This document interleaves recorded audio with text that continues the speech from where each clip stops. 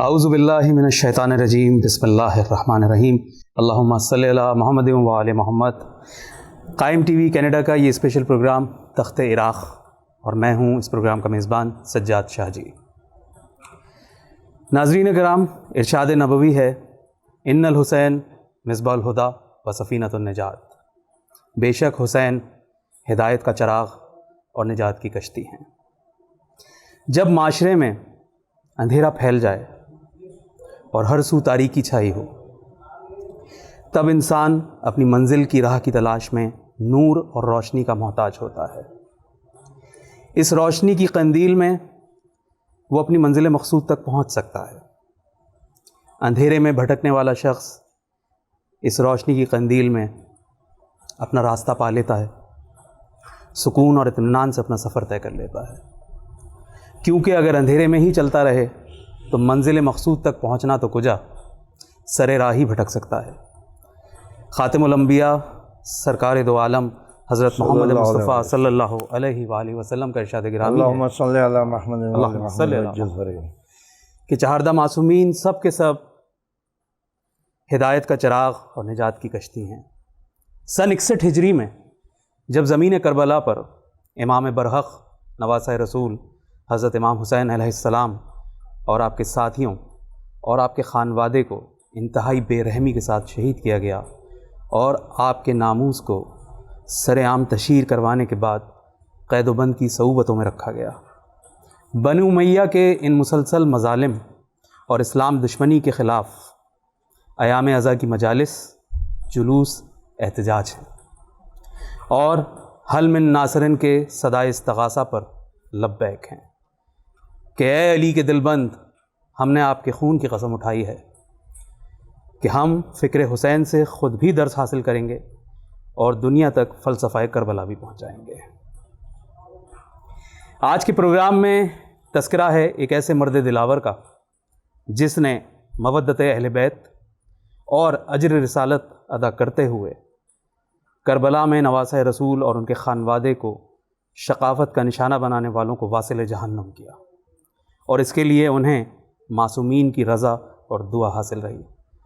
جی ہاں، بالکل درست پہچانا آپ نے، میں بات کر رہا ہوں حضرت مختار ابن ابو عبیدہ ثقفی کی۔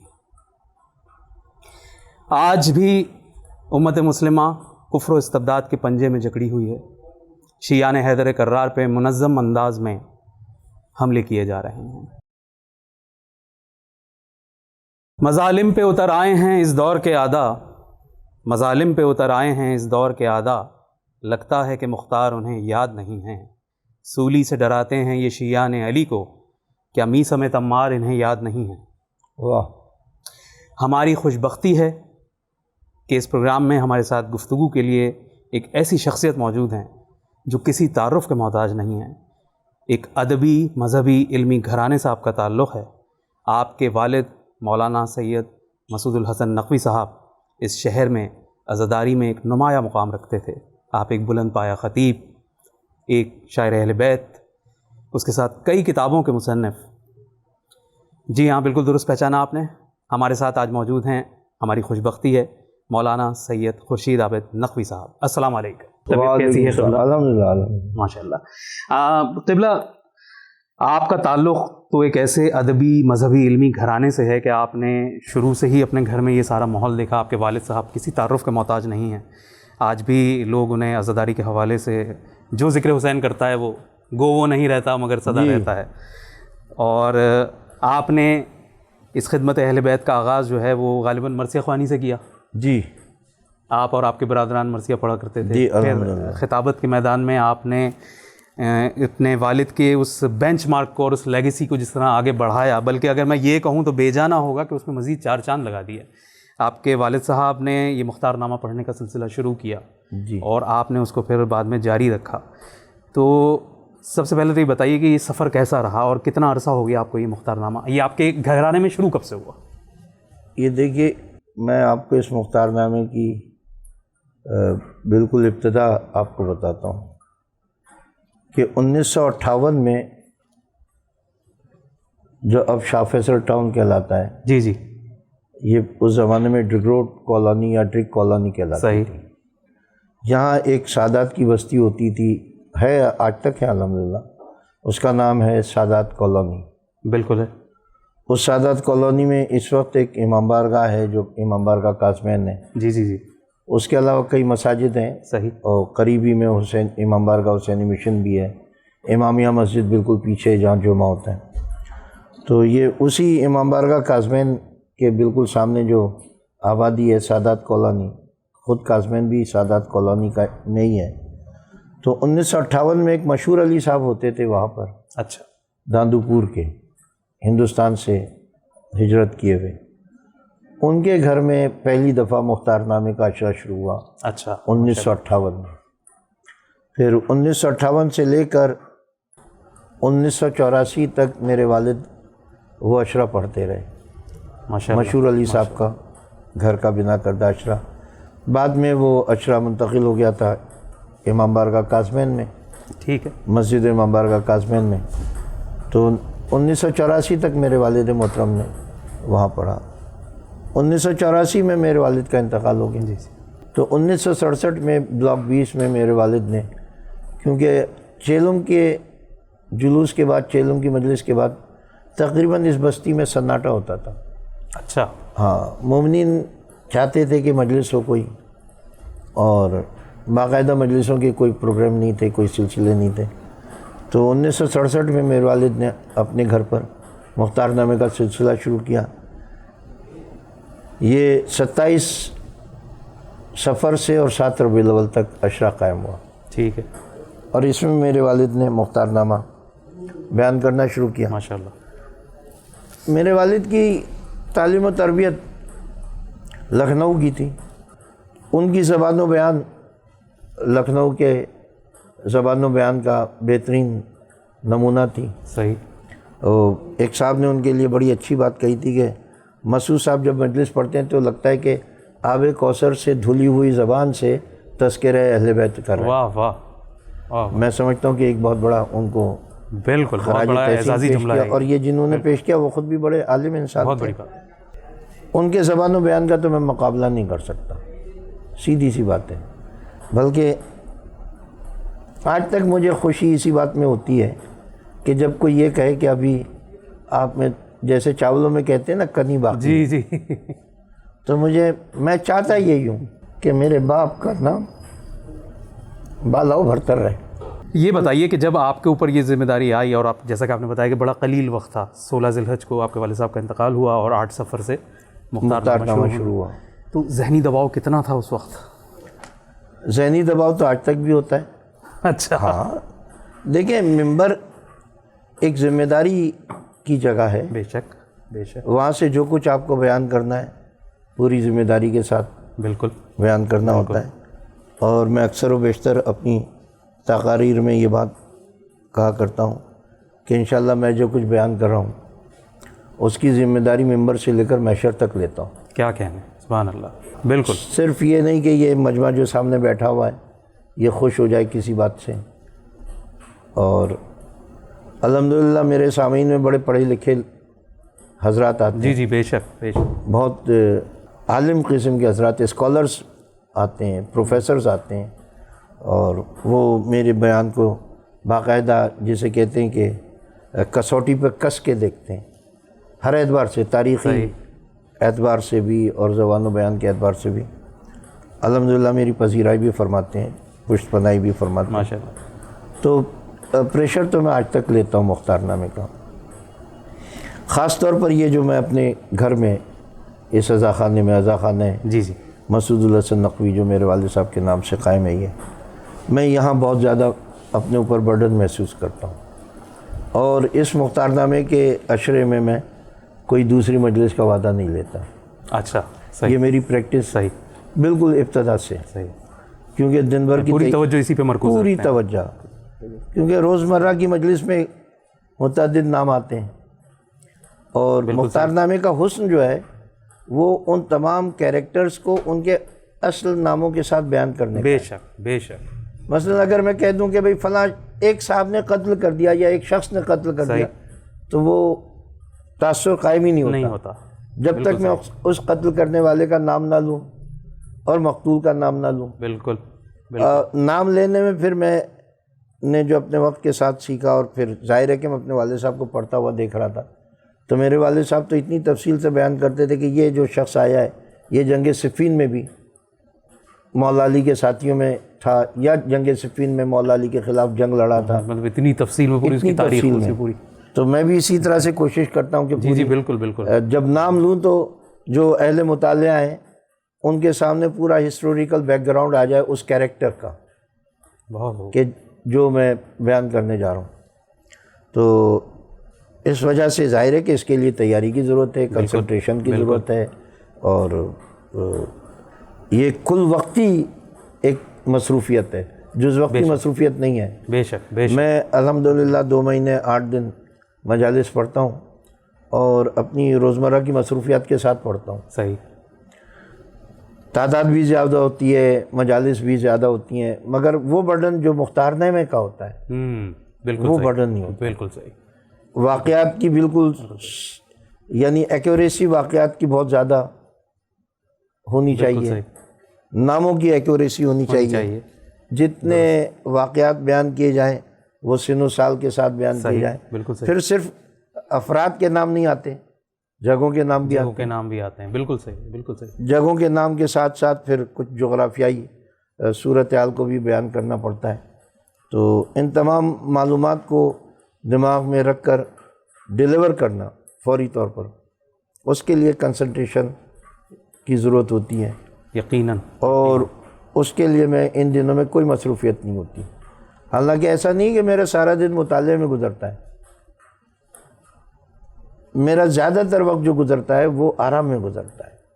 جتنا ذہن پرسکون ہوگا اتنا ممبر پر آدمی اچھے سے جیسا چوکس ہو کر چوکنا ہو کر واقعات بیان کرے گا. بالکل صحیح. کیونکہ الحمدللہ اب 1984 سے تو آپ کی خدمت میں عرض کر رہا ہوں کہ میں مختارنامہ پڑھتا چلا رہا ہوں. ماشاءاللہ. اس سے پہلے بھی مجالس پڑھتا تھا، مرکزی نوعیت کی نہیں ہوتی تھی، گھروں کی ہوتی تھی یا چھوٹی چھوٹی ہوتی تھی، مگر مختارنامہ میں نے 1984 میں شروع کیا.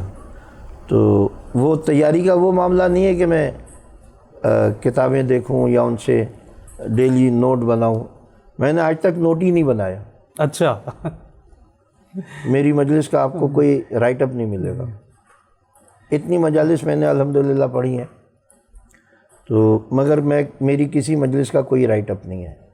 بس میں کتاب سے تیاری کرتا ہوں، اور تیاری کر کے جو ایک یعنی مینٹلی پلان ہوتا ہے. نہیں ماشاءاللہ ماشاءاللہ، یہ تو آپ کی علم و ذہانت کا کمال ہے بہت. بس اللہ تعالیٰ کا یہ کرم ہے. بے شک بے شک. یہ اہل بیت علیہم السلام کا مجھ پر خاص کرم ہے. یقیناً یقیناً.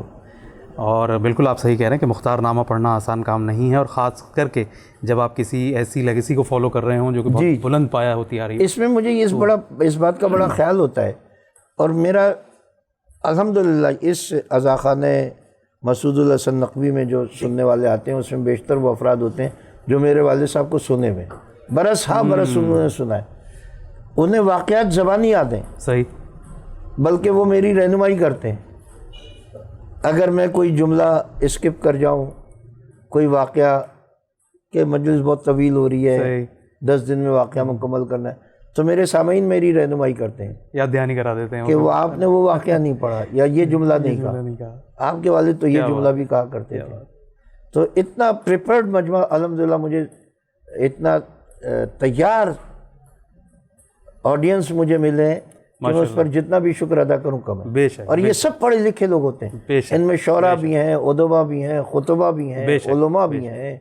یعنی میں ابتدائی زمانے کی بات بتاؤں کہ کم سے کم کراچی شہر کے 20-25 نمائندہ شعراء سینئر وہ میرا اشرا سننے کے لیے یہاں تشریف فرما ہوتے تھے.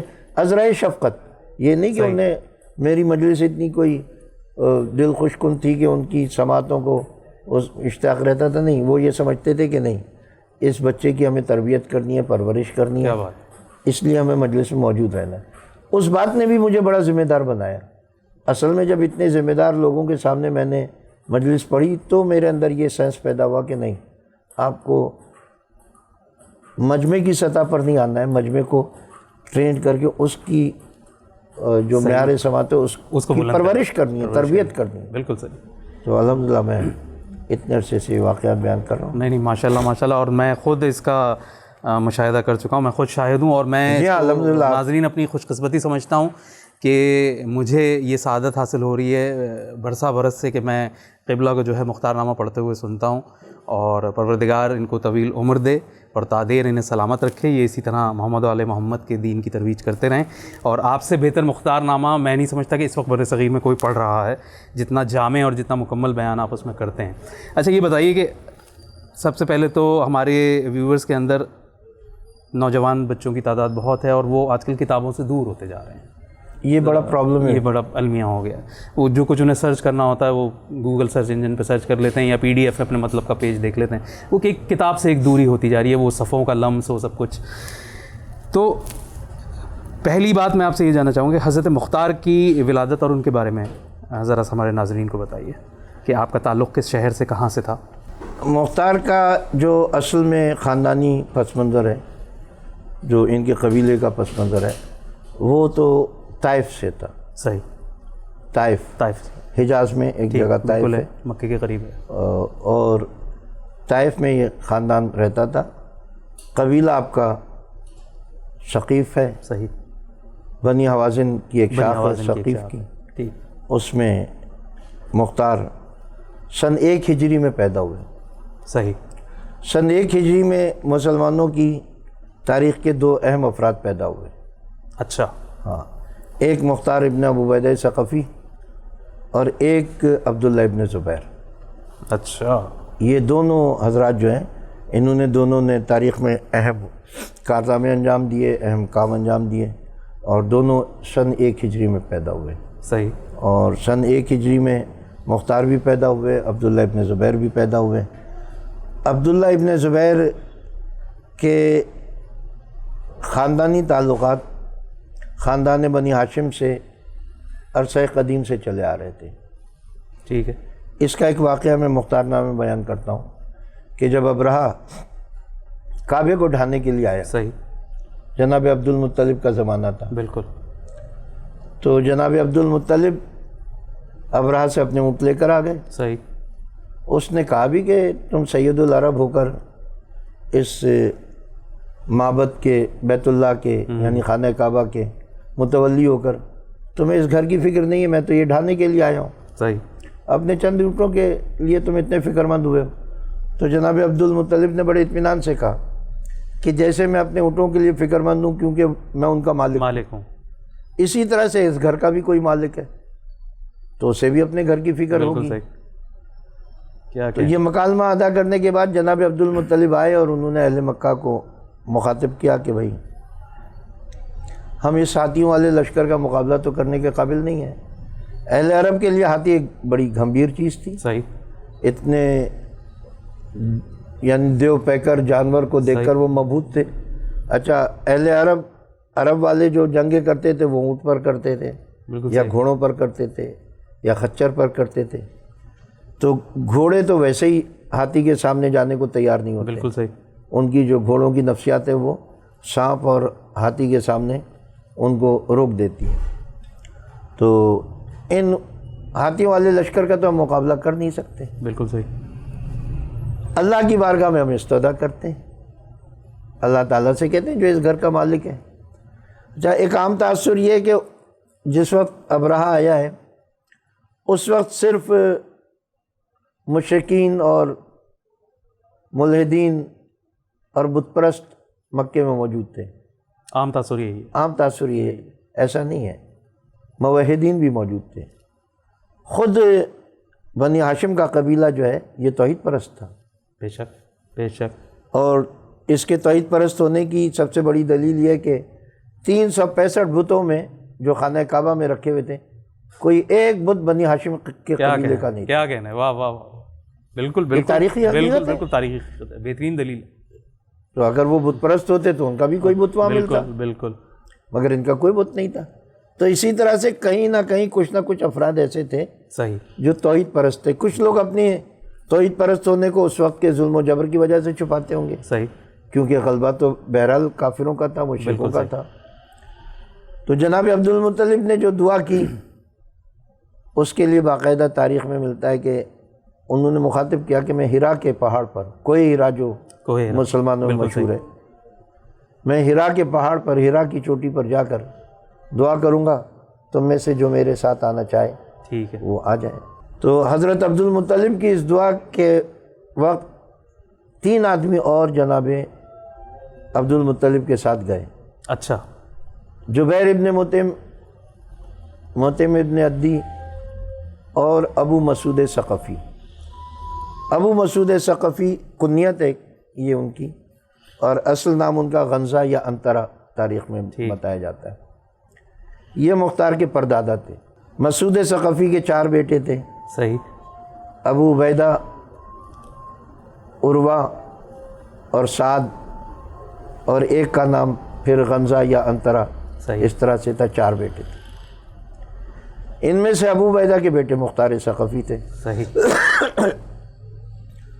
حضرت عبد المطلب کے پاس ساتھ جو ہرا کے پہاڑ پر گئے وہ یہی 4 افراد تھے جن کا میں نے آپ کے نام بتایا، صحیح، جبیر ابن مطعم ابن عدی اور ابو مسعود ثقفی، چوتھے حضرت عبد المطلب۔ ان چاروں نے عبد المطلب نے دعا کی اور باقی 3 حضرات نے آمین کہا یا اس دعا کی حمایت کی۔ تو مختار کے خاندان کے تعلقات اس وقت سے خاندان بنی ہاشم سے چلے آ رہے ہیں۔ بہت عبد المطلب کے ساتھ کیونکہ وہاں دعا میں شریک ہے، بالکل صحیح، تو خاندانی تعلق تو ہوگا، بالکل صحیح، اور یہ تو ایک ابھی عام الفیل وہاں سے شروع ہوگا۔ جی جی بالکل صحیح۔ ناظرین، آپ نے یہ گفتگو سنی کہ کس قدر خوبصورت طریقے سے باقاعدہ ہمیں پوری تاریخ ناموں کے ساتھ، افراد کے اسماء گرامی کے ساتھ مولانا صاحب نے ہمیں بتایا، ہمارے علم میں اضافہ کیا کہ کس طریقے سے یہ لوگ رسول اکرم کے دادا حضرت عبد المطلب علیہ السلام کے ساتھ اس دعا میں شریک رہے کعبے کو بچانے کے لیے۔ اس پروگرام کو اگلے حصے میں ہم جاری رکھیں گے، ابھی تک کے لیے اجازت دیجیے۔ آپ نے میزبان سجاد شاہ جی کو، اور دیکھتے رہیے قائم ٹی وی، کیونکہ قائم سے ہے زندگی۔ خدا حافظ۔ ماشاءاللہ۔